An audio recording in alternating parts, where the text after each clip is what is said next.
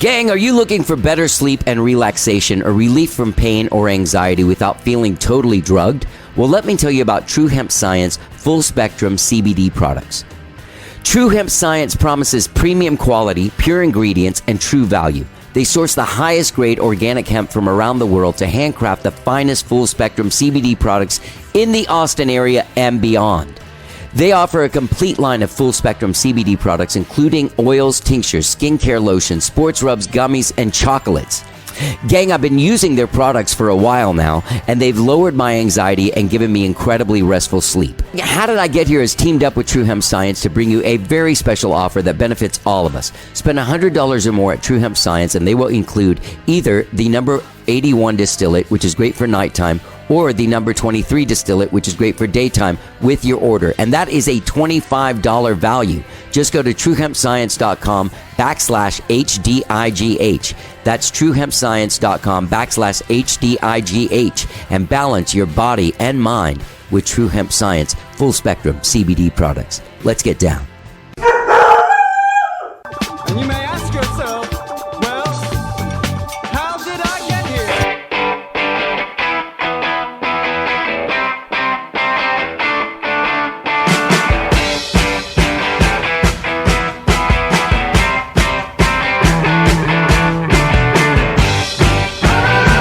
It's time for How Did I Get Here?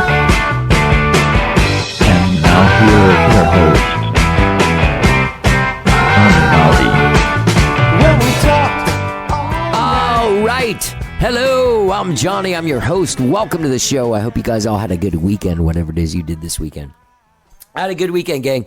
I went to Houston. I played a show with Skyrocket on Saturday. It was the British American Federation of something or other that gives scholarships to people and to young people, you know, for schools.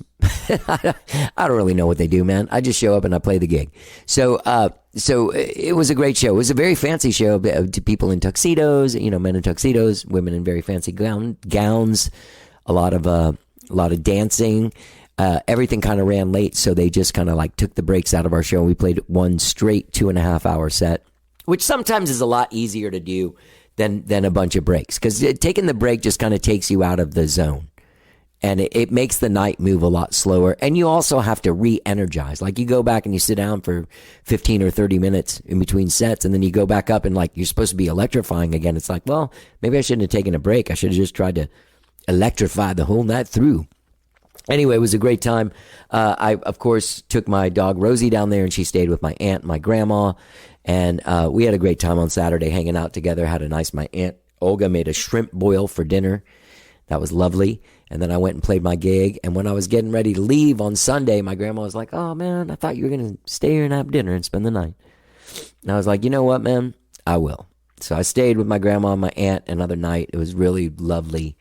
Rosie had a great time hanging out, running around the yard. That's one thing that happens, you know, like Rosie goes there. My grandma has this awesome backyard. There's other dogs there to play with. There's tons of dog toys everywhere. And here, like, we live in an apartment. Here's this dog. Every time she has to pee or anything, like, she has to get put, you know what I mean? I got to put her in her thing. I got to put a leash on. I got to walk her out. And there she just runs all day long. So she had a really great day, just running, barking at the dog back in their neighbor in the back there. Anyway, great weekend all around. Hey, gang, I want to let you know that this Wednesday night, Austin Music Foundation Artist Development Program is putting on a show at Hotel Vegas. I will put the info in the text of this podcast so you can find out where it's at, or you can go to austinmusicfoundation.org or any of the socials for Austin Music Foundation. We got a great show with El Combo Oscuro and the Dead Coats, two completely different bands, like a punk a punk rock band and a Latin band playing together, which is what our thing is all about and what I think Austin's all about musically. But check it out. It's Wednesday, November 16th, Hotel Vegas. The show's early. Come on out. It's about 8 o'clock. And come out and say hi. Come out and see the bands. Come out and meet the other people from Austin Music Foundation. A lot of people are always wondering how you get into the artist development program that we have there at Austin Music Foundation. And it's simple. We find you. We don't take solicitations for it. We all come in with people that we would like to see take another step. A lot of times it's people we don't know, but we've heard their music or seen them play, and we're like, hey, check this out. This is interesting.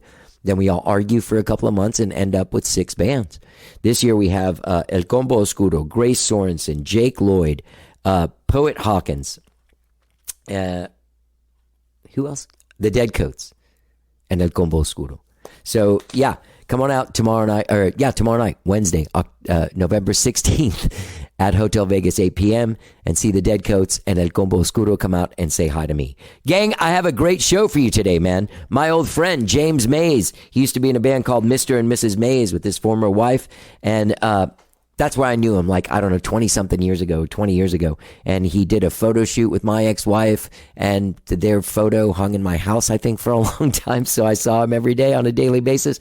But James Mays, he started teaching music a while back, and then he ended up starting off his own music school where he employs musicians to teach people how to play instruments, how to sing, how to do stuff. They also have bands in there. And I was talking to James about partnering on some stuff and sort of getting the word out for the Band-Aid School of Music. So we're an official affiliate with the Band-Aid School of Music. You can find them at bandaidschoolofmusic.com. Fantastic organization. James is a great guy. A great guy. He's the director of the Band-Aid School of Music. Going out, so that's the biggest school of music in Austin. It's fantastic. Or maybe the second. It's one of them. It's one of the very biggest ones. And James is just a great guy. And the fact that he's out there employing musicians, we all need some kind of work, to make money. Most of Skyrocket are teachers. 3 members of Skyrocket teach. Sorry, not most of them, but 3 members. And, it's a way for these musicians to get out there. It's a way for them to connect with kids. But also now James has started a new nonprofit called A Chance to Rock, and you can find that at achancetorock.org. He partnered with Nelda Studios, Austin Angels, and the Buckman Fund to start A Chance to Rock. And the Chance to Rock takes money, and the proceeds go directly to increasing the number of foster families participating, as well as expanding the initiative to include rock camps, group classes, single-day activities, and concerts. So taking kids that don't really have a chance to do stuff and getting them involved in music, which we have seen helps their grades, helps their concentration, inspires them to do something. And there's mentorship involved. In fact, James has gone out and tapped some local rock stars. And when you say local rock stars, we're talking about Grammy winners, members of Rock and Roll Hall of Fame, crazy, like Kathy Valentine from the Go-Go's, Ray Benson from Asleep at the Wheel, Adrian Quesada from Himself, Black Pumas, and so many other bands. I don't have time to say it. Zach Person, great musician. Matthew Logan Vasquez from Delta Sound. Now, they're all involved with it. They're going to be doing a lot of stuff with this achancetorock.org. So go to achancetorock.org and find out how you can give, how you can get involved, and what you can do to help James out with this beautiful new program. James and I have a great conversation about his time in playing music and getting out there and trying to make it all happen, and his journey through music and what took him to start the Band-Aid School of Music, and then what ended up making him start achancetorock.org. So without further ado, please enjoy my conversation with my dear friend, Mr. James Mays. Let's get down.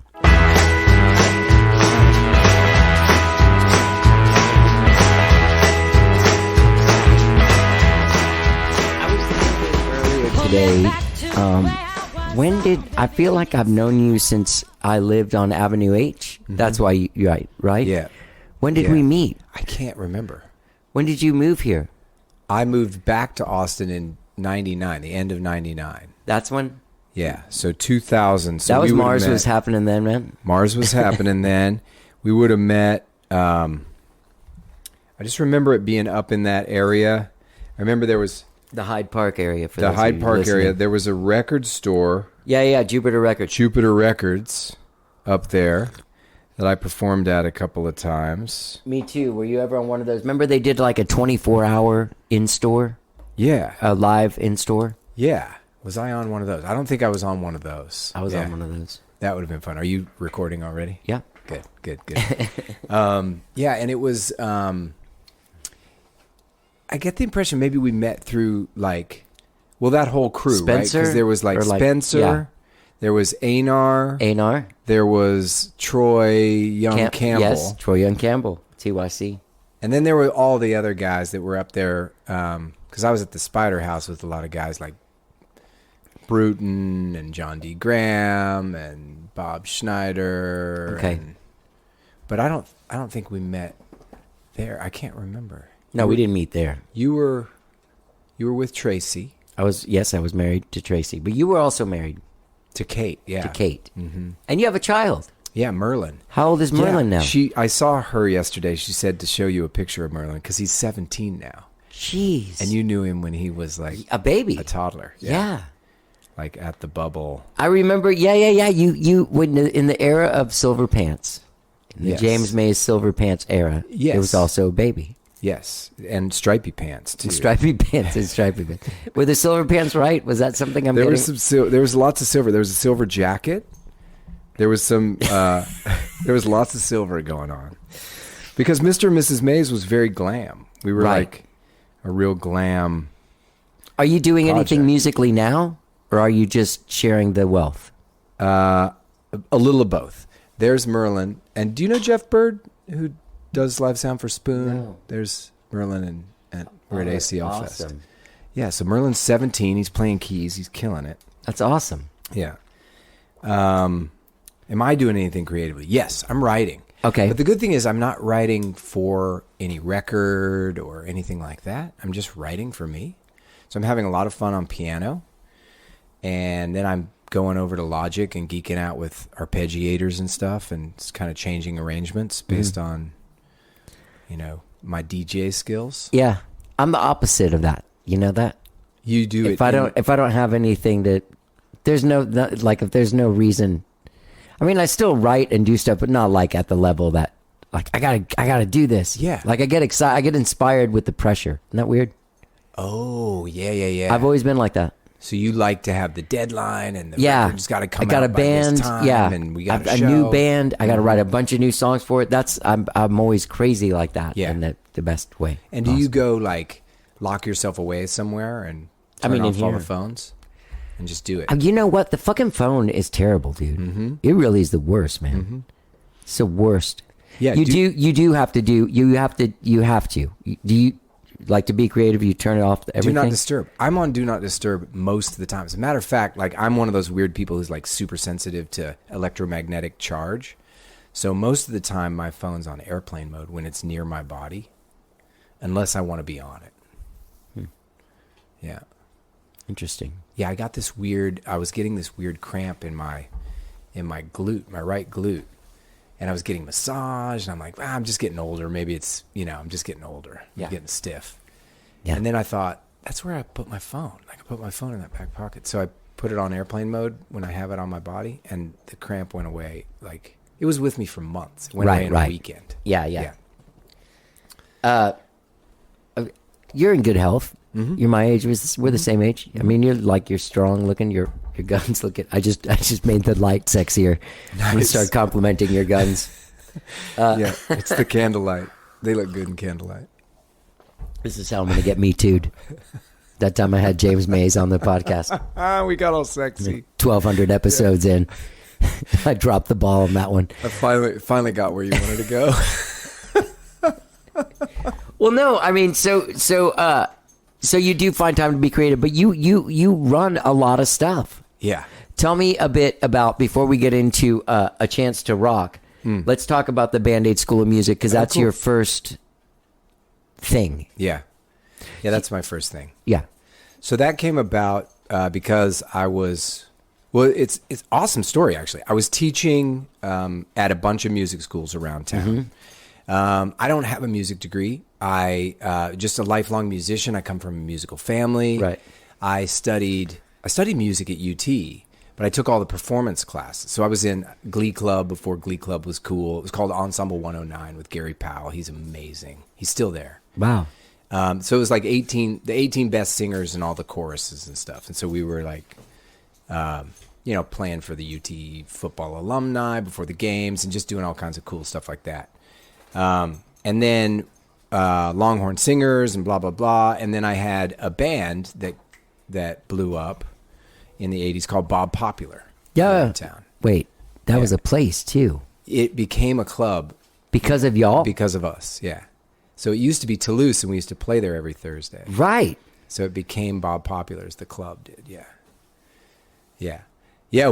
That was how I put myself through school at UT, was that band. What years was that? So that was like 1987 to 90. Okay. Yeah. So we would play. I know that Toulouse gave that Yeah. skinny room. You play to the that was Antone's used to be like that on Fifth Antone's Street. used We to be like that, sing to too. the wrong part of the Yeah, room. yeah, you're singing to the wall, basically. And Let's find the thinnest part of the room and have the band face that part. That's a weird. So that's wild, man. So that's part of the story. So Bob Popular kind of put me on the map musically in Austin, and then I left for New York and London and came back in '99. And I'd never taught music before, but I taught like gym classes and sport classes and stuff like that in New York to kids, and I really loved it. Oh. And so I learned all this, like how to break things down into progressions really well. Right. And then I started teaching when I moved back here. So I was teaching for a bunch of other music schools.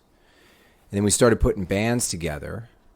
I started doing this band thing. And that's when Linkletter came out and watched me putting young bands up on stage at like Antone's, I think is where he came. He never came up and said hi, but the word is from his camp. That's where you got the idea for School of Rock. That's where he got the idea for School of Rock. Yeah. Whoa. I mean, part of the idea. Like, Did he ever talk to you about it? never. I've never talked to him about it. Come on. I've man. checked with his friends, and I'm like, Yeah, is this for real? Like, and they said, yeah, that sounds about right. Huh. So that was, I know, right? You're much more together than Jack Black. Just, I want you to know. Oh my that. God, I totally want to get Jack Black. If you're listening to this episode, come to Austin. I bought the van, What? the same make and model of the van that he drove in the movie, and I've made it into the Band-Aid School of Music van. Seriously? Yeah, totally. And I want to get Jack to come down and drive this van, and we'll do a show with the kids, and it'd be awesome. That'd be awesome. Wouldn't it be fun? So, okay, so sorry. So you, So yeah, roundabout start- story. right. Taught at a bunch of other schools for a while, and then I got fired from the school. Actually, my contract didn't get renewed at the school that I couldn't understand why. I was like the top earner at that school. I had more students than anybody else. I had this whole thriving band program. you're a nice guy. I'm a nice guy. Yeah. And turns out the owner was drinking a bunch, and I didn't realize it. And he just cut his nose off to spite his face, I guess. Oh. So I became Band-Aid School of Music, and now in one of the biggest schools in town, a couple locations, all that. Where are the locations? So we've got one in near Old Torf and Lamar in the Thornton Art and Music Studios on Thornton Road, right across the tracks from ABGB. Awesome. And then another up in Westlake. It's a joint venture with Riverbend Church. Awesome. So yeah.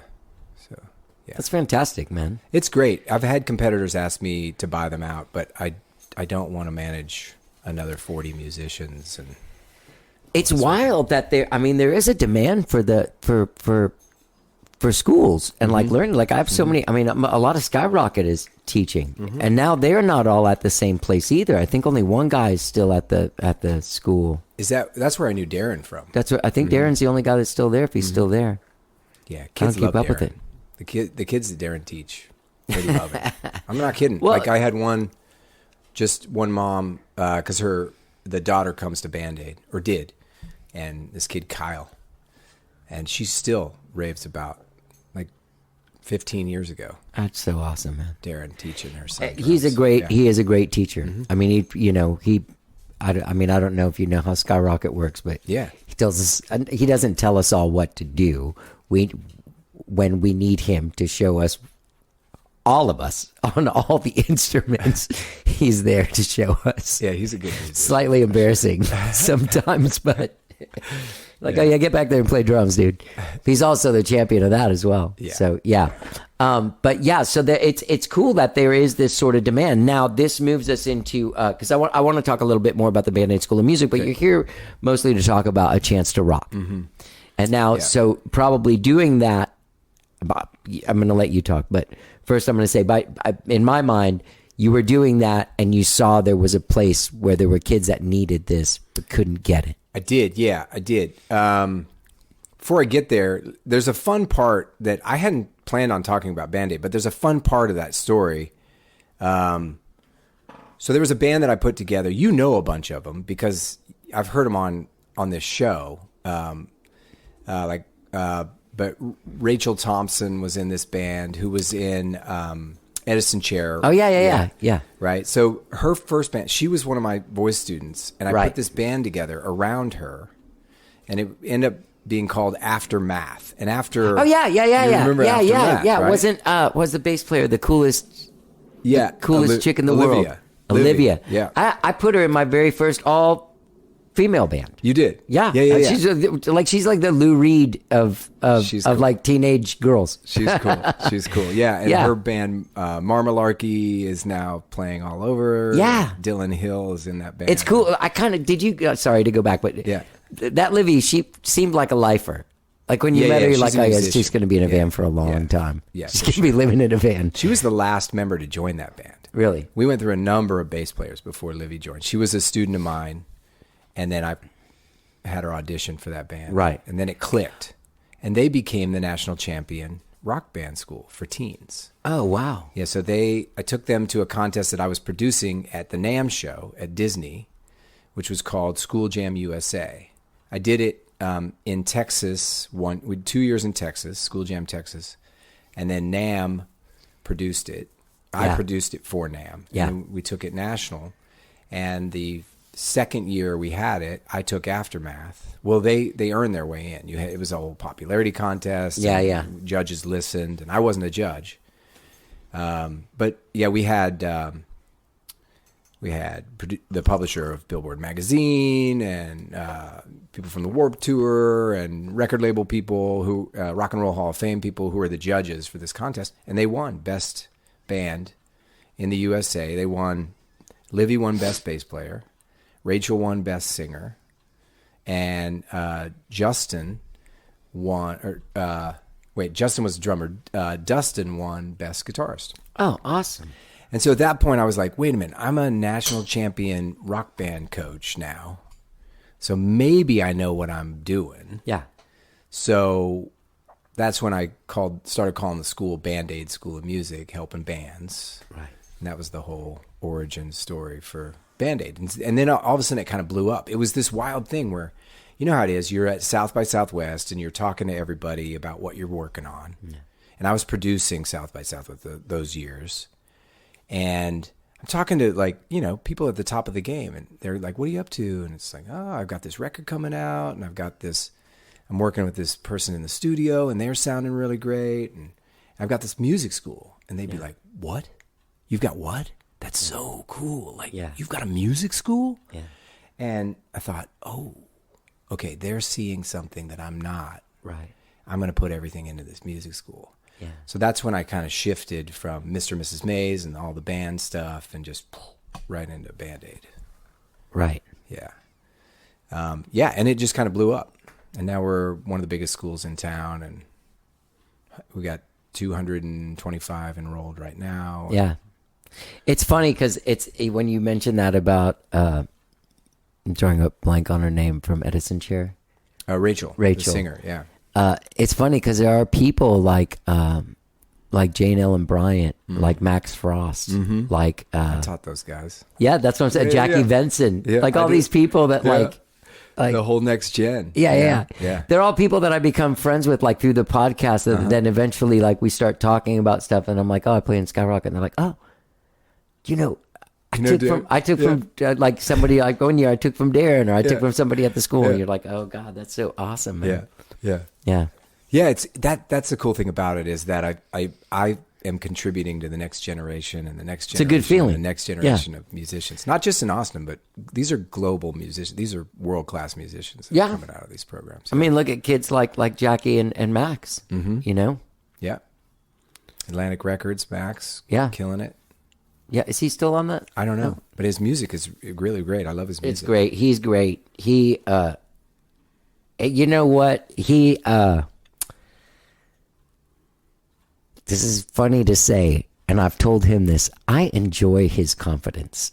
Like I love his confidence. Like he is very confident. He's not a jerk by any means, and he's not an egomaniac. He is just extremely just confident. He's good, and I enjoy it. Yeah, and he had that when he was a kid. I remember Darren told me that. Darren told you that because I remember like Max was around. We were, and I was trying to persuade Max and his mom, who, by the way, was his mom was instrumental in getting this whole teen band movement started because Max was around back then. It was Aftermath.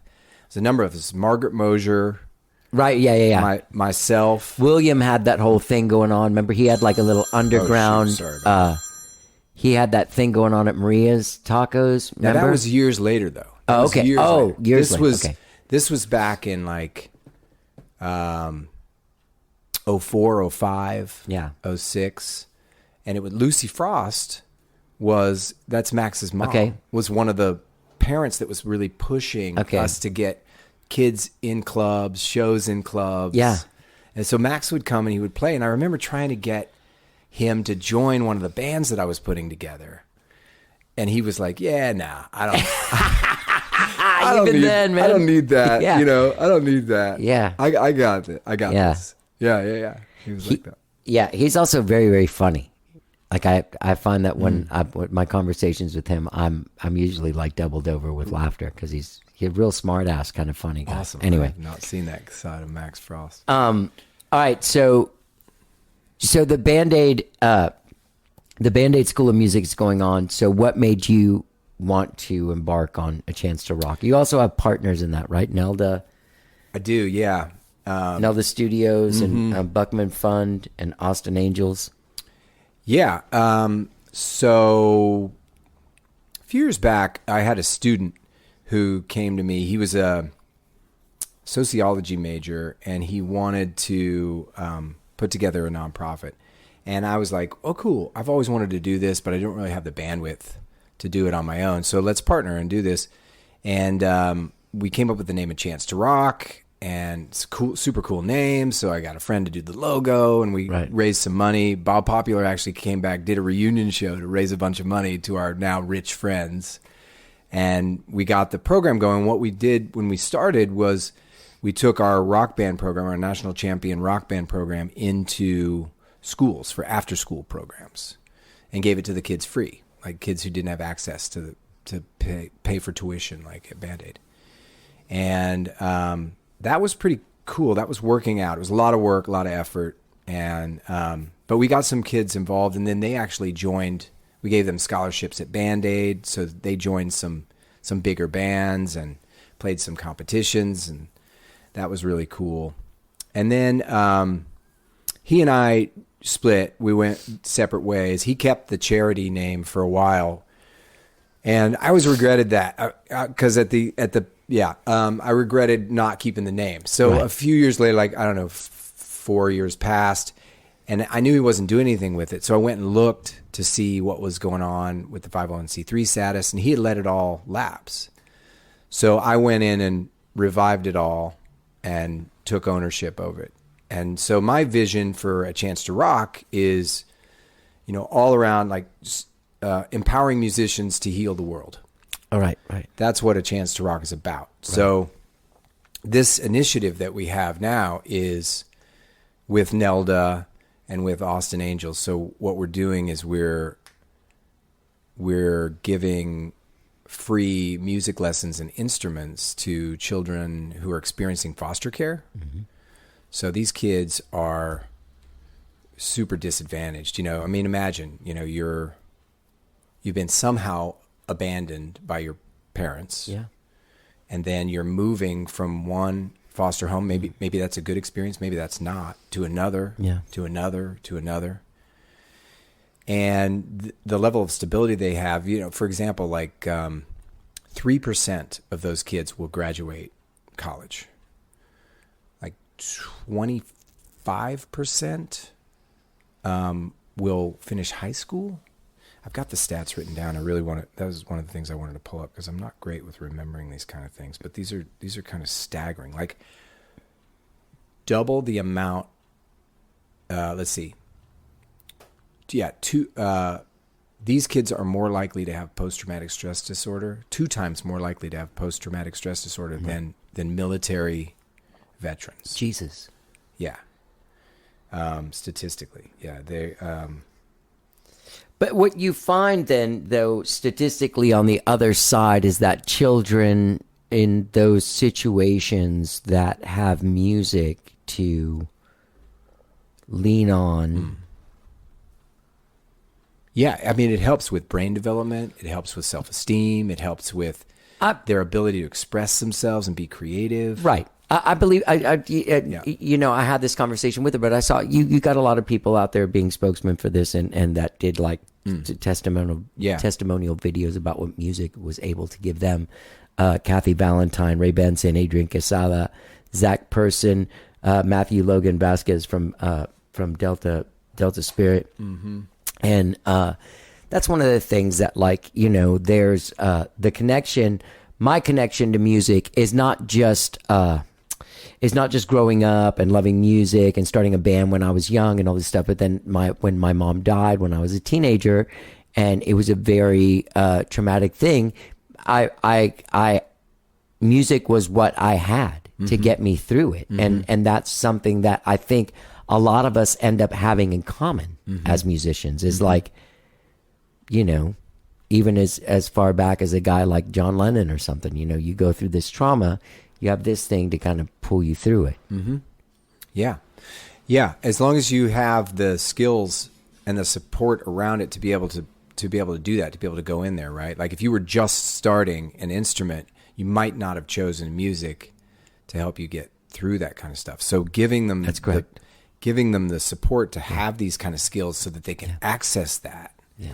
That's the important thing to me. The Austin Angels is a super cool organization because they provide like a person who's a touch point for those kids as they're moving from one foster situation to another. Almost like a big brother kind of thing? Yeah, almost like a big brother. Okay.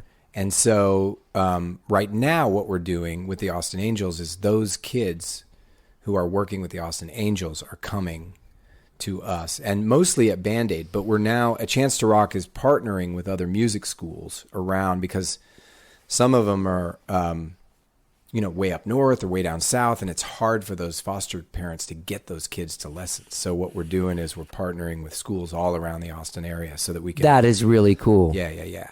So we're building this network of other schools that are willing to help, and we've already passed our goal of 30 students this year, giving 30 students lessons. So we're now moving on to our next year, 2023 goal, which is 100 students. We want 100 children experiencing foster care to be getting this kind of support.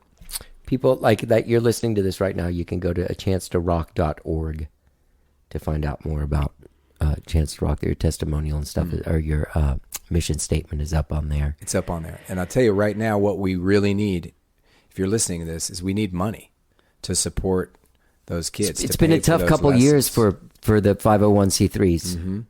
So if you can go to achancetorock.org and just give what you can, whatever it is, $5, 500, 5,000, whatever you can do. Because these kids need support. I mean, here's some more stats. Yeah, give me some stats. 20% are homeless by the age of 18. Yeah. 50% will graduate high school. 3% will obtain college degrees. 25% of foster children will experience post-traumatic stress disorder. Twice the rate of U.S. war veterans. Jesus. When you've worked with kids for a while, what got you interested in that? What brought you, being a dad? That's a good question. No, it was long before being a dad. The first time I ever worked with kids was at UT. I was taking a course. My buddy came up and he's like, "Hey man, I found out this course. It's super easy, right? Super easy. You don't have to do anything." That's a big sell. Right? Big sell. You don't have to do anything. Easy A, bro. Totally. Yeah. And what we do is we drive out to a place called Wild Basin. It's out on 360. It's still there. It's a natural preserve, like a wildlife preserve. And we give tours to school kids That's it. That's all we do. We walk around on the trails and we give tours to school kids. And so I went out there to do this class and started giving tours, and we would look for signs of life, like animal droppings or, footprints and things like that. And I just loved it. And so when I graduated from UT, I got a gig in New York. I have a finance degree, so I got a finance job in New York, which didn't last long because when you've played to thousands of people, it's tough to sit in a cubicle, and it was too painful, right? So I didn't stay with that gig very long, but that got me to New York, and so on the side, like on the weekends, I would teach these gymnastics classes. I was never a competitive gymnast, but I was just athletic, and I went to this gym, and they offered me a job to teach, like, little kids, like how to do somersaults and backward like tumbling rolls and shit. just little tumbling things. It was super cute. And that's when I learned about progression. Like if you want somebody to be able to do a backflip, for example, first they have to do a backward somersault, and they have to have their jump high enough. Right. So the progressions, you got to learn these things to get this thing. And it just made sense to me. I have that kind of mind where it's like, oh, okay, if I want to get to this spot, I'll break that down. And I guess I was just always creative enough to make it fun, make up fun little things. So I did that for a number of years, teaching sports classes and stuff like that. And I was a gym teacher at a school in Washington Heights for a while, and I had like 30 crazy kindergarten kids running around the gym, and I had to figure out how to control this swarm of madness. That was the job, right? That was the job, man. It was crazy. They were pinching each other and hitting each other. I had to figure it all out. And I finally cracked the code. Like I cracked it, and I was like, oh, wow, okay, I can do this. So when we came back to Austin, and I was no longer Bob Popular, I kind of had to rebuild the whole community, and everything like that. And I wasn't making New York money anymore because it was in Austin back then. Now it's different, but back then.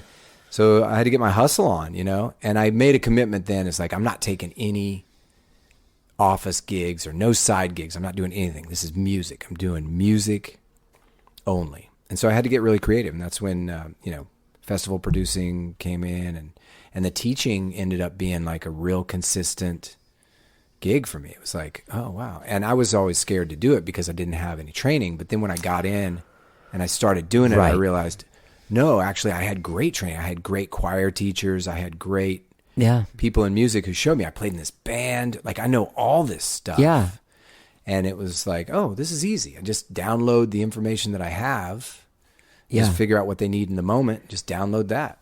And Bob Popular was a cover band? Mm-hmm. Yeah. All the songs of the 80s. The Cure, REM. Yeah. Did you guys have the logo of the guy with the glasses and the hair? That was it. So that was your logo too? Yeah, that was our logo. How confusing. Why?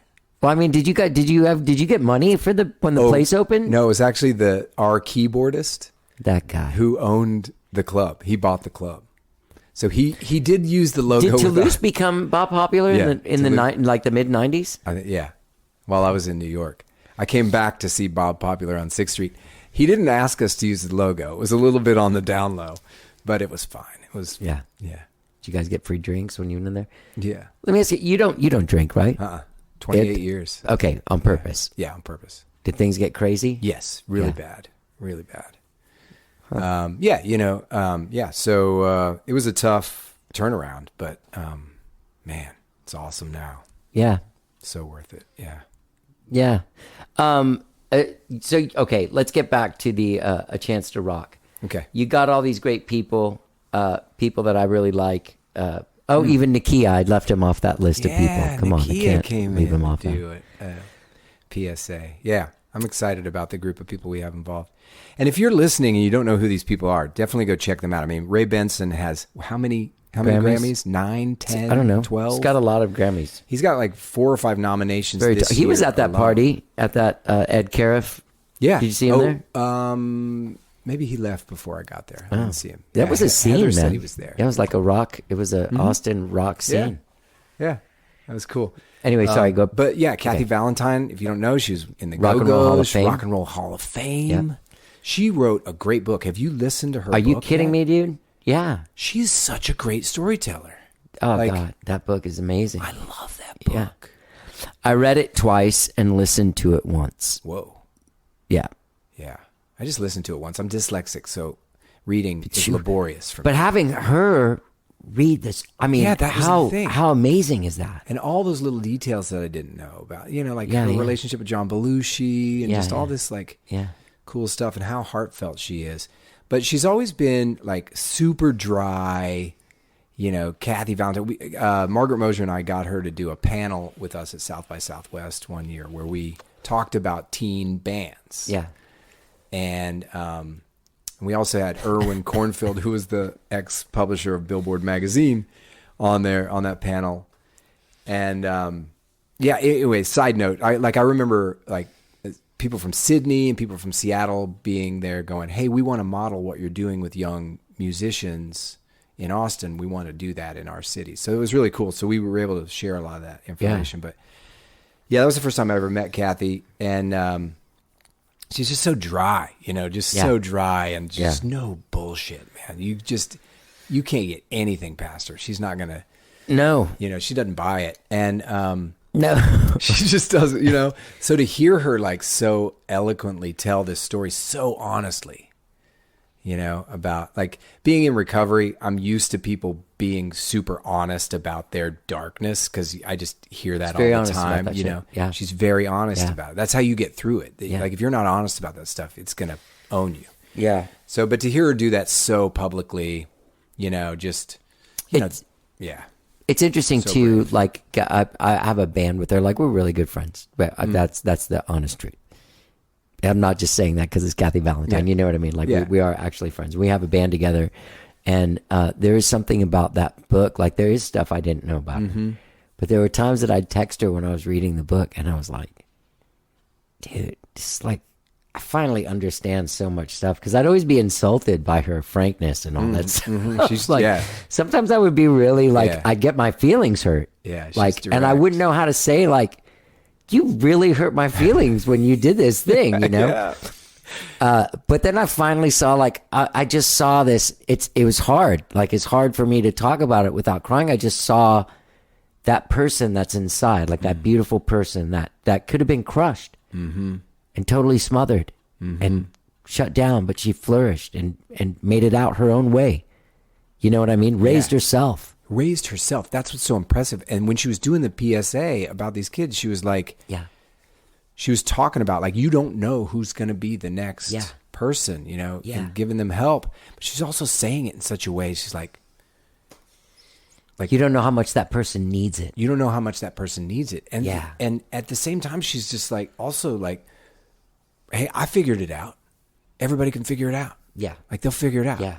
You know what I mean? Like she's not all about like, oh, you got to super nurture Yeah. people. She's not she's brass tacks for sure. Yeah. Yeah, I love her. We're not super tight, but we've had some good conversations. And, Yeah, man. And that book, man, I feel like I'm super tight with her now just because I read the Right, book. right. And I was doing the same thing. I was texting her going, oh my God, you're my such aunt- a badass. my Like, aunt I said respect that. you so much more now. Hall of Fame, that's great. But Yeah, what you're yeah. doing in this book, Yeah. that's legend. Yeah. Yeah. At Adrian Quesada, that's a great dude, man. That guy's is. he's the greatest. He's the greatest music person. Like, I feel like he made my favorite album of the year. Which was the Black Boleros. No, the Boleros Psicodélicos. Okay. His album with all the different singers. With all the different singers, the thing he did at ACL Fest. Shit, did you see it? Yeah. Live? Oh, I watched it on Hulu. Yeah. He had all the it was different really singers cool. coming out. That was so great. It was really cool. Yeah. That's like, I cannot believe that. He's definitely a person that is so. He and Celeste just were part of that Swan Songs. They were Oh, yeah. not hosting but chairing Yeah, it or something yeah, like that. yeah. And like those guys really, I love their involvement in our community. That's one of the things that you find special is like, here you want to start this A Chance to Rock. Here is probably like, and I'm not exaggerating when I say this, maybe the 140th active music-oriented nonprofit in Travis County. Yeah, Registered in Travis County. You know what I mean? Yeah. It's pretty crazy. Crazy. And we've all, like I work with Austin Music Foundation, we've all experienced, Yeah. I mean, having a nonprofit's like getting kicked in the nuts. A little bit. Just constantly. Like you're never like on top of the world. You're never like, oh man, we're cool for the next 3 years. Never. No. Like if you make it like this, like if you're cool for the next couple of months, you're lucky. And then we had 2020 when no one had like a cent to spare to some organization that's out there to help people. Yeah. But now that people are getting back on their feet, what all are you guys able to do as far as like being able to, like you're able to come on here and raise awareness about it, but you guys want to be able to get to a point where you can hold concerts for these kids and stuff. And would you be able to raise money that way? What are the ways that outside of just like, hey, can you donate? How are you able to do this? I don't know yet. I don't know yet because I'm just getting started. But I'll tell you what, one thing, a really smart thing that I did is I went out nationally and I found a national heavy hitter executive director. Oh, okay, who's good. done some really big things with like Tim Robbins, Actors Gang, and Mystery Science Theater, and the Oklahoma Ballet, and a bunch of stuff in New York. So his job has primarily been pulling nonprofits out of a ditch and getting them to a bigger mark, higher marks. Yeah, his name is John Krasno, and he's great. And I was like, okay, why did you even answer the why are you even interviewing for this job? Like you're way overqualified for a small nonprofit in Austin.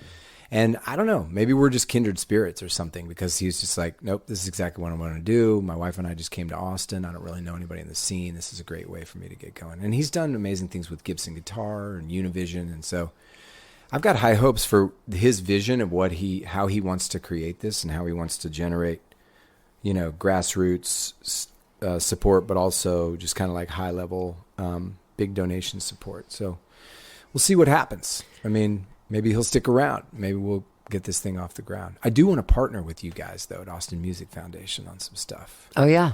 Yeah. So I was hoping to talk to you about some of that stuff too. Yeah. I work in the artist development program, but Jenny and Alex is still involved, yeah. But yeah, Alex is like the vice president of the board, but he's still kind of like the guy. You know what I mean? Mm-hmm. Like I still ask him questions. He's like, dude, I'm a vice president of the board. I'm not there on day to day. I'm like, okay, but are we meeting at like 6 or what? And he'll know too, because he's that organized guy. Yeah. Alex has always been a force in this town, man. I really like that guy. Yeah. He's always been. And I'll show up at like events where like students need to, like, I remember we at this thing. Well, he's School of Rock. Like he's now GM. That's his main for those franchises. Yeah, that's his jam. Yeah, which is a little bit my competition. But I like the fact that you guys are like, you acknowledge the fact that he's a dude. I love him. Everyone. I mean, there's so many fucking people that live here. Steal now. him away from School of Rocks. But to do our franchise. So many people live here now.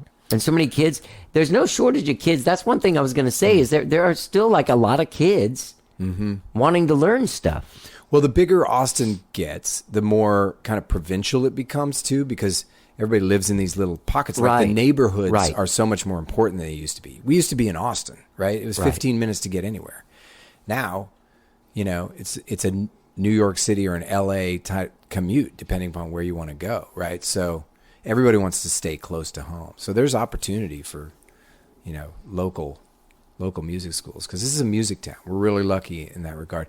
It's one of my concerns, though. One of the things, and the reason I want to talk to you and partner with you, which is totally off subject, but Austin is changing, and there are a lot of people moving to Austin who don't understand Austin culture.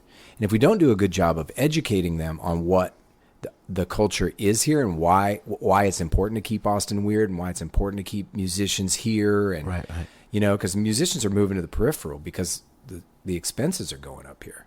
Yeah, and we need these young tech folks who are moving. Are great and they're vibrant and they're helping with the restaurants and everything, but they don't understand the music culture, and we need to help them understand that so they can help support it as well. And so that's a whole nother thing that I want a Chance to Rock to do down the road. I've got some cool ideas on that. But anyway, it's important. It's really important to me because I grew up in the Midwest. I was never really comfortable anywhere I lived as an artist and a creative until I found Austin. And there was no way I was ever going to have a career in music. It was never even option in my mind. I didn't consider it. Like, bands were things that I listened to, and I listened to the records, and I fantasized about what my band would be called. Right. But I never thought that I could be in a band and have my friends coming to my shows and Right. performing to audiences. Yeah. And it was Austin that gave me that. That happened because I moved to Austin. And then it became normal. It was like, yeah, this is what I do. I'm in a band. Right. Yeah. You know, I do this. This is what I do. And so when I moved to New York, it was like, yeah, okay, well, go to CBGB's and get a gig. You know, that's what we Yeah. do. And same thing when I moved to London. But that never would have happened if I wasn't in Austin. And I feel so loyal to that I Yeah. really, it's really important for me to keep music alive in Yeah. Austin. You know, It's important to me too. That's what drew me to want to be, because I was brought up through people in this, like Mark Hallman, who owns the Congress House, people like Stephen Doster, Tommy Taylor, all these guys that were kind of like Michael Ramos, that guy, like guys that were, when I was a teenager, were like, hey, this is how you do this. You know what I mean? Mm-hmm. And to keep that going is really important. It is tough though, man. And I never want to sound bleak, but I remember even like 10 years ago having this conversation with Dale Dudley, who had the morning show, the Dudley and Bob show. It was a tremendously popular show in the time when you moved back here, and the time when you lived here and you were doing Bob Pop. Your band would go on there. You'd play 2 or 3 songs, and a fuckload of people would come to your show that night. It was like it worked and made this translation. But say like 10 years ago when I'm talking to him and he was like, hey, you want to come on and do it? But I need you to come on and like, I'll choose a date for you. Like, we'll have this dating game and we'll pay for you guys to go on this date and stuff. And I was like, well, can I just go on and play? Like, why do I have to humiliate myself? He's like, dude, we can't have people play music anymore because they were testing it. And as soon as a person would be playing live on the thing, people would change the channel. That's educating the culture of people that are moving here, because at one point we had our own MTV channel. Yeah, we had our own. We had a 24-hour Austin Music Network. And before that, remember, it was on like, what was that the community TV thing? Yeah. I mean, there's like Austin Access TV. Yeah. And like when I was in Mr. Rocket Baby, we got added to KLBJ along with Aerosmith and beat out like other real bands going for like rock radio in like 1993. My band took the spot of a regular, because people were that into not just Mr. Rocket Baby, but we were a part of this thing they were already into. Mm-hmm. You know what I mean? Local music. Yes. Local music. Yes. Yeah. Yes. And the funny thing, like, I always, being Texan, I always thought, okay, we're calling ourselves the live music capital of the world because that's what Texans do. We're just talking shit. We just make this stuff up and then we profess it, and it's true. But when I moved to London, I remember going to the clubs, and I had moved there from New York because I was there for a decade. And I was like, hey, I'm from New York. I'm here in town. Here's my recordings. Yeah. I'm looking for shows. They'd be like, yeah, great. We'll give it a listen. I didn't hear anything. So I went back literally like the next week and a half later. Same people. Handed them the same CD and said, hey, and I thought about it. I was like, well, I'm moving back to Austin after London. I know I'm moving there. I'm only here for the season. And, I'm from Austin originally. Let me just say I'm from Austin. Yeah. And I did. I'm James. I'm from Austin. Here's my stuff. When do you want to play? Friday or Saturday night? Yeah. And I was like, damn, okay, maybe we really are the live music capital of the world. And then after years of producing South by Southwest, a friend of mine seeing hired... the international. Right, the impact. international, seeing the Yeah. international. And then a friend of mine hired me to produce what they called the Miami Music Festival, which is a South by Southwest style festival. Is it the one that happens the week after? It doesn't happen anymore because he didn't follow my my advice to get a really good booker. Oh. So it only happened 1 year, but there is like Ultra down there. Ultra, yeah, DJ that's the one that Fest. goes on like the week after South by, And that's huge. That's been huge for a long time. But this was live music, and I had 42 clubs in 42 stages and 36 clubs all over Miami. I broke Miami up into 5 zones. And I basically, and this, sorry, Miami, this sounds pompous, but I basically had to teach Miami how to have live music. Oh, dude, I was right? You born understand there, that. You're from Miami. yeah. I mean, I left there because it wasn't. There was no, and we were listening. Yeah, it wasn't going to happen there. We started the festival. It was the best sounding club, and it was a good PA system, and it was the best band that we had at the not the best band we had at the festival, but the best band locally. They were playing, and everybody was into it, and I was thinking to myself, I could hear this level of band any night of the week in a restaurant in Austin. Yeah, like yeah. this is not even close to the level. And that's when it really dawned on me. It was like, wow, Austin really is the live music capital. Yeah. Like people don't know how to put on live music like we do. Yeah. It's just natural to us. It's like, it's what you do. I remember when we got our deal, like going and dealing with people in other places, like an engineer or something in Los Angeles, and he would watch us rehearse at a thing, and everyone was just, we weren't like the fucking Rush of Austin or anything. It wasn't like we were like the best musicians in town by any means. And our delivery of our songs, people would just be like, Jesus, man, you didn't tell me they were like these badasses. And we're like, but that I think the amount of time you get on stage here also makes you better. It does. And you're here with these other great musicians. Like you just kind of get better by osmosis because it's like, whoa, you're just picking up tips. Well, I could do that. Wait, I could try that. I could try that. Yeah, I love that part. And that's why I feel so loyal to Austin. I want to keep this thing alive. Yeah, and the dedication to the kids for me is part of doing that. Yeah. Because we're generating the next generation of musicians. Well, when you see this stuff coming up, even some that are here, like Jackie, but they're still going all over the world, or somebody like Max who moved away and did the Atlantic Records thing and is like out there opening for huge bands, and you see the impact that you actually have on the actual music industry. You know, yeah, that feels good. It's pretty amazing. It feels good. Yeah. As soon as stuff moved to live streaming in 2020, by like the summer of 2020. Jackie Venson was like charting in Polestar because of like having like over 1 million people a week watching her live streams. Now, granted, she was doing like 3 live streams a day that were like 4 hours long each. She was crushing it. But she's doing some really cool stuff. She was, she was. And experimenting and not caring. Yeah. So good. Yeah. Yeah, she's pretty amazing. I didn't know that. That's good for her, man. She deserves it. That's a pretty, like she's one of those people that like, I remember one time she was in our artist development program. She came in and she was like, I want to win a Grammy. What do I need to do that? It was just like one of those things where you're like, oh shit. Like I never even thought that I would win a Grammy, let alone like I want to win one. Yeah. How do I do that? Yeah. But she's not joking. She's not joking. No. And she might get one. I mean, she could. Well, she ended up doing this blues record with like Tim Palmer, because that category is a little bit easier to get to break into, and she can totally do it. Yeah. Is she nominated? I don't know. Well, I can't remember when she did it or if that happened. You're part of the Recording Academy, yeah? No. I last year I kind of felt like I was the only guy that wasn't. Like, did you see that? They're like on Instagram, it's like, why am everyone, I not a part of the Academy?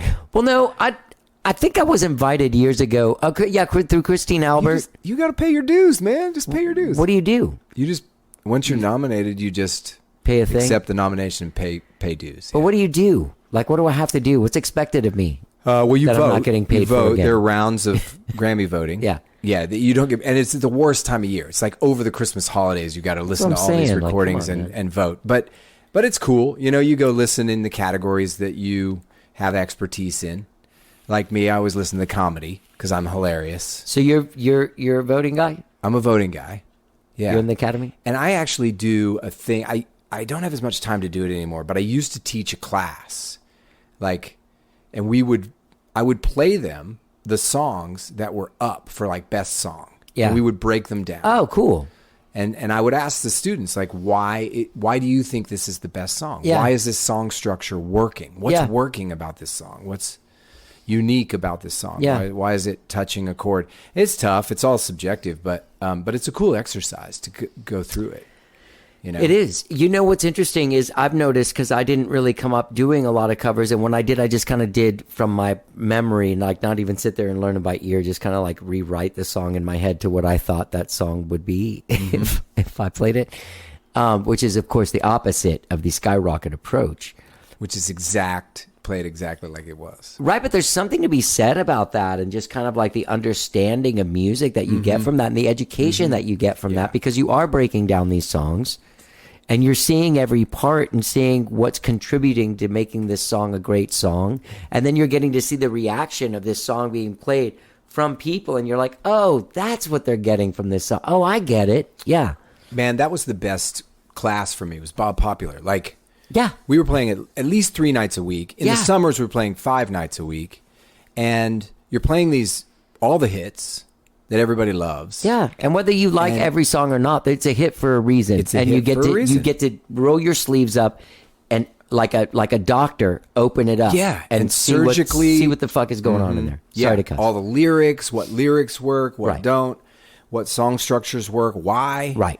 I loved it. I asked myself recently, because my songs have been like in the top 10 on like NPR stations and Right. college radio stations, but never AAA or anything like that. And I was asking myself recently, like, why do I think I know what a hit is? When I'm working with a couple of artists now, and they come in and I write their music for them, and we're making records, and I was like, why do I think my songs, why do I think I know?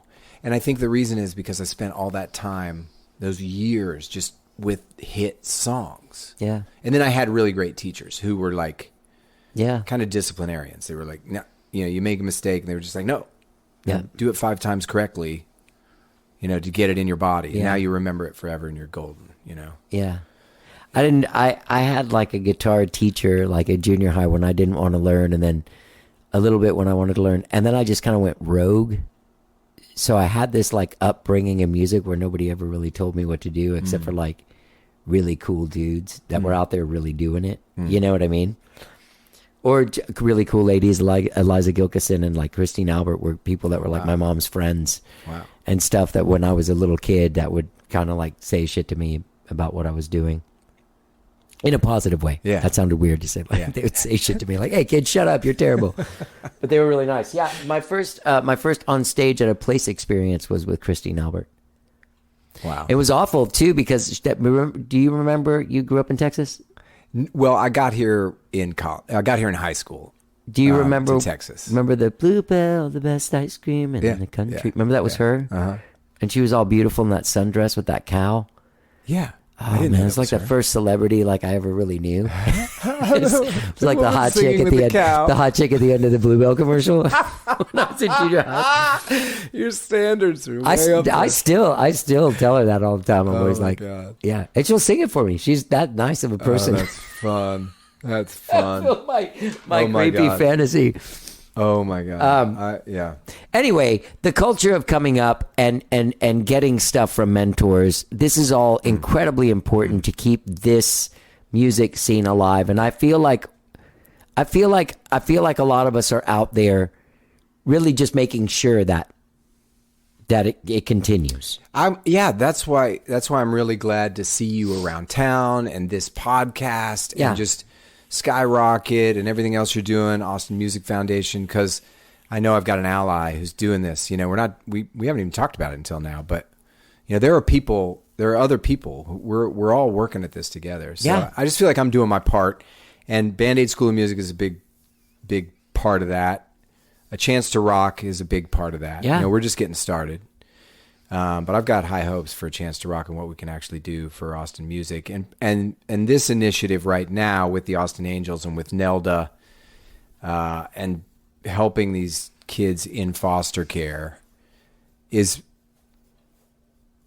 man, it's just like, it's tough to talk about, like, without really getting emotional. Sure, man. About it. But I feel like even with Band-Aid School of Music, I sleep so well knowing that what I'm doing for society and culture and music culture here.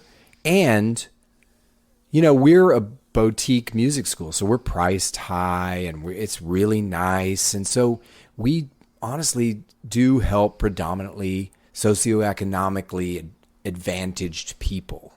And I often feel like, man, how can I do more for the people who don't have advantage? And this is the opportunity for me and for everybody else to give and to support this kind of thing. You know, when you get on the plane and they're like, "Hey, if the S hits the fan and the oxygen mask come out, you got to put on your oxygen mask and then your kids, because you got to have your stuff together before you can help anyone else." And that's what you were able to do with the Band-Aids guy. You know, That's right. Being able to be in a place that's able to help people of privilege that are able to support that gave you. If you started out with a chance to rock, you wouldn't have been able to do anything. No, and I that's would have struggled. you know, yeah, that's a real thing. You know, It's true, because I thought about, would Band-Aid School of Music be a nonprofit or a for-profit? And I realized I would be scrambling and hustling just as much to get grants and all this as I would creating a for-profit business. do you have a grant writer, or do you have to write grants for a chance to rock? John's going to write grants. That's for a good, Chance because to Rock. you got to have. I feel like that's what I've learned being in the nonprofit world. That's you got to have a good, and that's like an art form unto itself. Like not anybody can't do that. Oh my God. No. That's a very these jobs specific- are so specialized. Yeah. Yeah. Do you still teach, or do you just run the school? I predominantly teach teachers how to run the school. Oh, cool. But I do work with two students. One is he has cerebral palsy, and he comes in with these amazing ideas and poems, and I help him shape them into music. That's cool, man. Yeah. And then another is a woman named Alexandria Farrows, who is an up-and-comer. She's got this incredible voice. You're going to love her voice. So we're writing material that'll kind of bring her into sort of a little bit more mainstream. She sings these amazing, like, French torch songs, and she's got this really? incredible voice. Yeah. Yeah. I love French music, man. Huge fan. I was just about to ask you something, and I totally forgot. It was really important, too. You guys have concerts, right? Band-Aid School of Music has concerts? Yeah, we call them showcases. Showcases. Y'all, you should do Battle of the Bands with the other schools. And that's how you raise money for a chance to rock. That's a good idea. Shit, that was great. How did I Get Here presents? How Did I Get Here presents the A Chance to Rock Battle of the Bands. I think that's kind of a cool thing. It is a cool thing. We need You to get... win. You get to come to my apartment and deal with my dog's BS and try to talk on a microphone. Rosie. Rosie's a good one, man. She's comfy. Yeah. Yeah. Yeah, that's great. We need to get a bunch of rich people playing instruments, too, who can donate money at Yeah. the same time. Yeah. You'd think that I have a friend that was starting that, like in February of 2020, and they had set up this big party to spread the word about it. And it was like a rich dude, like, recording weekend with like rock stars and like producers and like the finest studios in America. Like, Yeah. it was a great idea. It was very exclusive. It was like a very rich, and it just, their thing got totally screwed. Because of COVID. Launching, in March of 2020 was not the time to launch this extremely exclusive, you got to have throwaway money. I think it was like $15,000-$20,000 for something. Go Just do to it for a come and- weekend. Yeah. Yeah. But the thing is that my friend that was doing it, he was like, he lives in a world where people are like buying like $30,000 guitars like nothing. He's like, dude, there's a world of dudes that like they just love to play music, and they get like they have a band, and it's like Matt Sorum is the drummer, and like the dude from the Stray Cats is the bass player, and you're like, what? Like, yeah, man, there's people with just the money to do this. Yeah. And They they're be like, living yeah, I the want to dream. do it. Yeah. Come for a weekend and live your rock and roll dream. I think Kathy did one of those rock and roll fantasy She camps did. once. She did. Yeah. She told me. Yeah. Yeah. Yeah. She's the star. She's the draw to get everybody to pay the $30,000. Yeah. There's a Larry David side to her that I would love to have heard like the hour and a half before she got there, like driving there, just like what am I doing? What is this thing to play with all these weird people that are probably terrible? She just went to England. She got her dual citizenship, and she went to England for like a couple months. That's it. Really? She's gone today. Yeah. Good for her. Yeah. Good for her. That's crazy. Good for her. Yeah. James, People can find A Chance to Rock at achancetorock.org or org, and Band-Aid School of Music at bandaidSchoolofMusic.com. You have 2 locations. One in I guess that's Central Austin, the one by ABGB. Yeah, Right? Central now. Yeah. Yeah. Yeah, and if you're a musician listening to this, teachers. You employ a lot of people. I employ a lot of musicians, and it's a great way to keep your income up, still do your gigs. Yeah. And I'll tell you right now, we have a wait list. We need more teachers. No joke. What do you like? What are people looking for? Drums, voice, guitar. What are kids wanting to learn? Like what? Like I remember like 10 years ago talking to Corey and Rusty, and they were like, "Man, you wouldn't believe it. Like they still want to learn like Walk This Way and the guitar players do, and 'cause those are and the epic rock songs. It depends on the kid, and it depends. Are they a singer or are they right? a But like guitar player, kids, the piano player? Still Sweet Child of Mine or no? Yep. Really? Sweet Child of Mine is on the list for sure. Yeah. It's on the list, guys. Have you seen that commercial where like these kids are doing like one of those like a kid band and they're auditioning guitar players and it's Slash. He's playing the intro and he plays like 5 notes of it. They're like, hey, you got it, man. You got the gig. It's like these teenage kids. Oh, that's cute. I got to see it. Yeah. Well, man, yeah, let's do a battle of the bands with all the schools. I think that'd be really cool. Okay. Let's do it. How many schools are there? Like 5, 6? Right now, School of Rock. How many music schools are there in Austin? Yeah. Well, the biggest schools are Band-Aid School of Music. Yeah. They're School of Rock. Yeah. School of Rock's national too. Right? School of Rock is a national franchise. So what happened is Linkletter made the movie. Right. There was a dude in New York named Paul something, I think, who had the name trademarked for his school. Right. And so I think some VCs came in, venture capitalists came in, bought the name, blow and it started franchising it. Yeah. And it's a cool model. It's different from ours. Sure. And I bet they all have their own unique. They all have different unique models. Yeah. I will say we're creating more bands that are actually bands out there in the world. We're creating more musicians who are actually playing out as bands. Wow. Because nobody's able to match our model because it's complicated and it's finessed. But we're putting kids together who are like-minded musically, who are at the same level, who want to do sort of the same thing. And there's an art to that. Yeah. We're not just throwing everybody into the same band, and having them, like choir or school band. But that has its place too. Like they're playing, they're getting better, that sort of thing. But those schools. There's also Lone Star School of Music. Oh, right, yeah. There's Austin School of Music, which everybody calls straight music because it's been at Straight. But now Straight's going to do its own thing. So I don't know what's going to happen with those guys, but.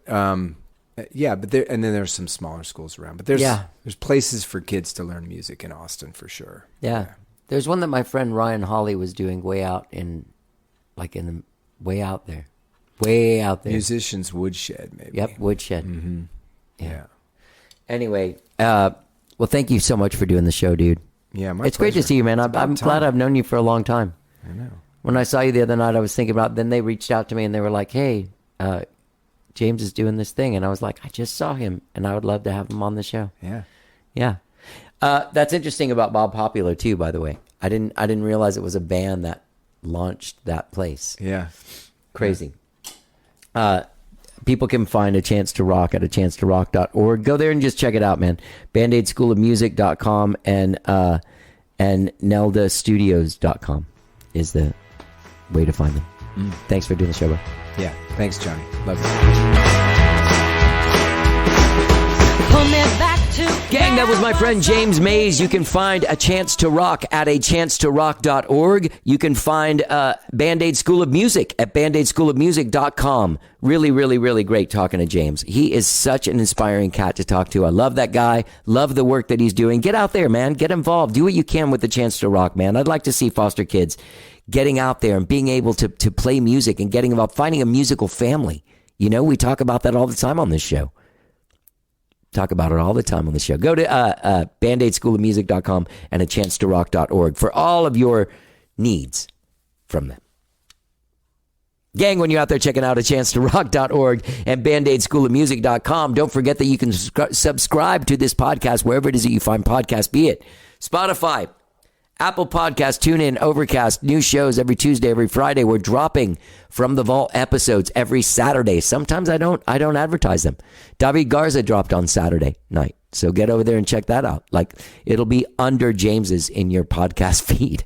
All right. Thank you so much for listening to the show. Don't forget, gang, support achancetorock.org. If you want to learn how to play an instrument, you have a child that wants to learn how to play an instrument, check out bandaidschoolofmusic.com.